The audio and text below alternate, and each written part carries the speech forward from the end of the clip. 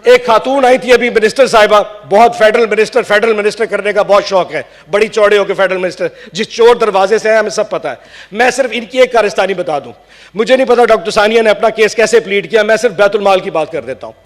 बैतुल माल की 3 गाड़ियां सर, 3 सरकारी गाड़ियां आज भी पार्लियामेंट लॉजेस के अंदर, जहां पे एमडी बैतुल माल नहीं रह सकता, 3 सरकारी गाड़ियां जो कि मुझे नजर आती हैं, जिनके नंबर प्लेट मुझे याद है, वो पार्लियामेंट लॉजेस के बाहर खड़ी हैं। इतने बड़े फनकार बैतुल माल की सरकारी गाड़ियां पार्लियामेंट लॉजेस में अपने जेर इस्तेमाल रख के यहां पे भाषण देने आई थी एथिक्स का। सर नेशनल ज्योग्राफिक चैनल आपने भी देखा होगा सर, आजकल टॉक शो से तो बेहतर है नेशनल ज्योग्राफिक का चैनल देखा करें सर। सर वहां पे 100 हिरन खड़े होते हैं सर, एक शेर आता है उसमें से एक को उठाता और चला जाता है और बाकी 99 वैसे ही घास खाना शुरू कर दे जैसे कुछ हुआ नहीं सर। आज से 10 दिन पहले सर जो शिबली फराज साहब के साथ हुआ, मैं उस पर सिर्फ एक छोटी सी बात करना चाहता हूं सर।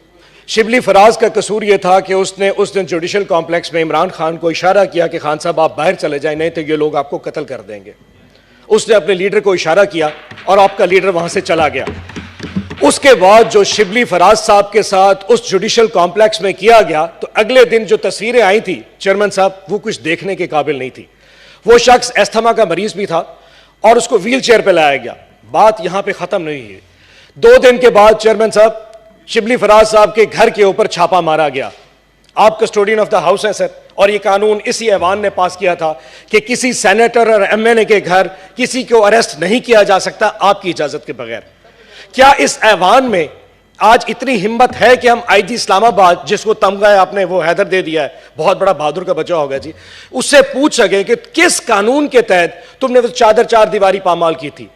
चेयरमैन साहब, अगर आज शिबली फराज के घर की चादर 4 दीवारी पामाल हो सकती है, उसकी माओ बहनों की इज्जत नहीं है, तो कल को जब हमारे साथ होगा तो सारा ऐवान हम भी इसी तरह हंसेंगे। आज हम इधर बैठे हैं तो कल ये लोग भी इधर होंगे। जब इन लोगों के घरों में पुलिस जाएगी, इन लोगों के घरों में यह साथ होगा, तो उस वक्त फिर हम भी मुस्कुराया करेंगे, फिर हम भी नेशनल ज्योग्राफिक चैनल देके बताएंगे कि एक हिरन उठ के आए, बाकी सारे घास चर लेते हैं। यह वक्त घास चरने का है सर, ये याद रखिएगा।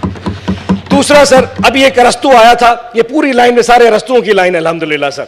एक अरस्तू आया था सी और इस पूरे अवान को पागल बना के चला गया सर। पिछली गली से आया और अल्हम्दुलिल्लाह उस चोरी में हम उसके साथ मिल गए। आज 10 अप्रैल थी, सुप्रीम कोर्ट का हुक्म था कि आज के दिन 21 अरब रुपए इस गवर्नमेंट ने इलेक्शन कमीशन को पैसे देने थे। इन्होंने किस साइंसदानी से, आज इस ऑर्डर को आए 5 दिन गुजर चुके हैं, किस साइंसदानी से आके इन्होंने पहले उसको कैबिनेट में ले गए कि जी कैबिनेट में अप्रूवल के लिए जा रहा है, फिर अचानक कैबिनेट के कांपे टांगनी शुरू हो गई। फिर उसके बाद ईसीसी का इजलास बुला लिया, ईसीसी में फिर कांपे टांगनी शुरू हो गई, जी हम अप्रूव नहीं कर सकते।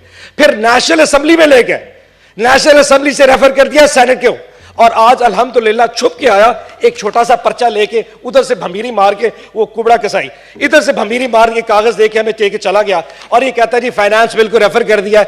अब फाइनेंस बिल जाएगा स्टैंडिंग कमेटी में, 5 दिन स्टैंडिंग कमेटी में पड़ा रहेगा, जुमे वाले दिन फिर सेनेट में आएगा, फिर यहां पे डिस्कशन होगी, फिर जाएगा नेशनल असेंबली में, फिर वहां सेनेट की स्टैंडिंग कमेटी। सर ये स्टैंडिंग कमेटियां खेलना बंद कर दे सर। आज आपको चाहिए था कि 21 अरब रुपया अप्रूव कर दिया, जाए जाके 21 अरब दे दे इलेक्शन कमीशन को और इलेक्शन का ऐलान कर दें। आज सर इनकी चोरी में हम हिस्सेदार बन चुके हैं, इनकी इस दौड़ में, इनकी इस इलेक्शन से भागने की दौड़ में हम इनके पूरे हिस्सेदार हैं। अब फ्रंट रो देख लें सर, इनके मका से देख लें, सिर्फ इस एक पर्चे के लिए उठ के यहां से आए थे सर, एक पर्चे के लिए अपना काम करके चले गए। अब जाओ कंटेम्प्ट ऑफ कोर्ट के लिए, नेशनल असेंबली भी भुगतेगी और हम भी भुगतेंगे।